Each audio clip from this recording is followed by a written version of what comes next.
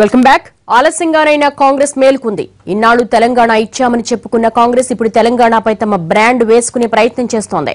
తెలంగాణ ఇవ్వడానికి ఎంత చేశామో, ఏం చేశామో జనానికి గుర్తు చేయబోతోంది.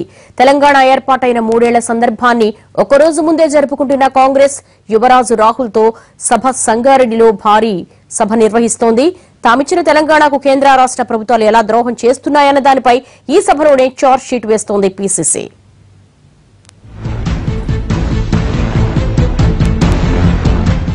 తెలంగాణ ఇచ్చిన కాంగ్రెస్ ఆ క్రెడిట్ దక్కించుకోవడానికి ప్రయత్నిస్తోంది. తెలంగాణ ఇచ్చిన విషయాన్ని ప్రజలకు గుర్తు చేసేందుకు రాష్ట్ర ఆవిర్భావానికి ఒక రోజు ముందే రాహుల్ గాంధీతో భారీ బహిరంగ సభ ఏర్పాటు చేస్తోంది. ప్రజాగర్జన పేరుతో 3 ఏళ్ల కేంద్ర రాష్ట్ర ప్రభుత్వాల వైఫల్యాలపై ప్రజాకోర్టులో ఛార్జ్షీట్ వేయబోతోంది. తెలంగాణ ఇచ్చిన పార్టీకి మైలేజ్ రాకపోవడంతో నిరాశ చెందిన హైకమాండ్ ఇప్పుడు రాష్ట్రంపై దృష్టి పెట్టింది. కష్ట నష్టాలు కోర్చి తాము తెలంగాణ ఇస్తే కేసీఆర్ ఏం చేస్తున్నారో చూడండి అని సంగారెడ్డి సభలో చెప్పబోతోంది. రాష్ట్రానికి సంబంధించి 36, కేంద్రానికి సంబంధించి 15 అంశాల్లో చార్జ్ షీట్ వేయబోతోంది.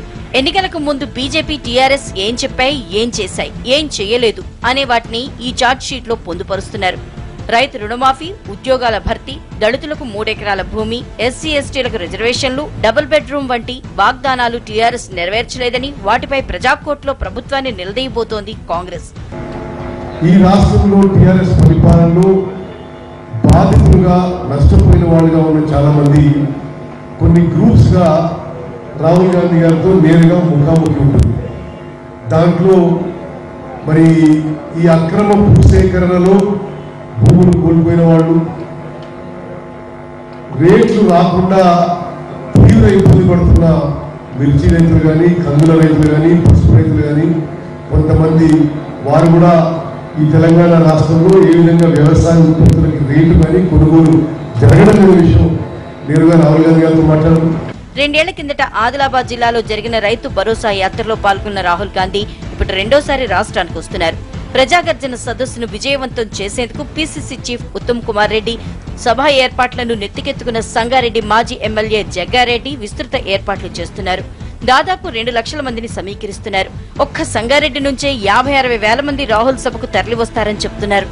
రాహుల్ గాంధీ గారు మరి బేగంపేటలో దిగిన తర్వాత మరి హైదరాబాద్ నుంచి ఉమ్మడి మెదక్ జిల్లా పడంచెరు లింగంపల్లి దగ్గర ఎంట్రీ అయిన నుంచి అక్కడి నుంచి వారికి భారీగా కార్యకర్తలు పెద్ద సంఖ్యలో 2 వీలర్ వెహికల్స్ తోటి మరి దాదాపు ఒక 5-6 వేల వెహికల్స్ తోటి ఆయనకు స్వాగతం పలకడం, 30 కిలోమీటర్ల కాన్వాయ్ ఎదురుగా వారికి రాహుల్ గాంధీ గారి స్వాగతం పలికే కార్యక్రమంతో పాటు సంగారెడ్డిలో ఒక 2 కిలోమీటర్లు ఒక 20 వేల మందితోటి మరి ర్యాలీ కూడా.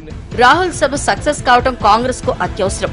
మరో 2 ఏళ్లలో ఎన్నికలు రాబోతున్న నేపథ్యంలో సభను విజయవంతం చేసుకుని కాంగ్రెస్ సత్తా ఏంటో జనానికి చెప్పే ప్రయత్నం చేస్తోంది పీసీసీ. అందుకే మొత్తం శక్తియుక్తులన్నింటినీ ఈ సభ కోసం వినియోగిస్తున్నారు.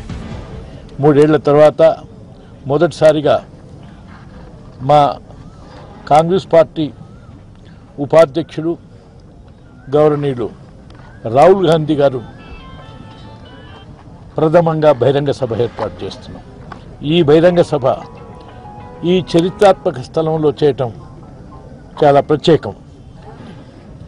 ఈ సభకు రాష్ట్రం నుండి నలుమూలల నుండి కార్యకర్తలు, అభిమానులు, ప్రజలు, నాయకులు మొత్తంగా కదిలి రావాలని చెప్పి విజ్ఞప్తి చేస్తున్నాం.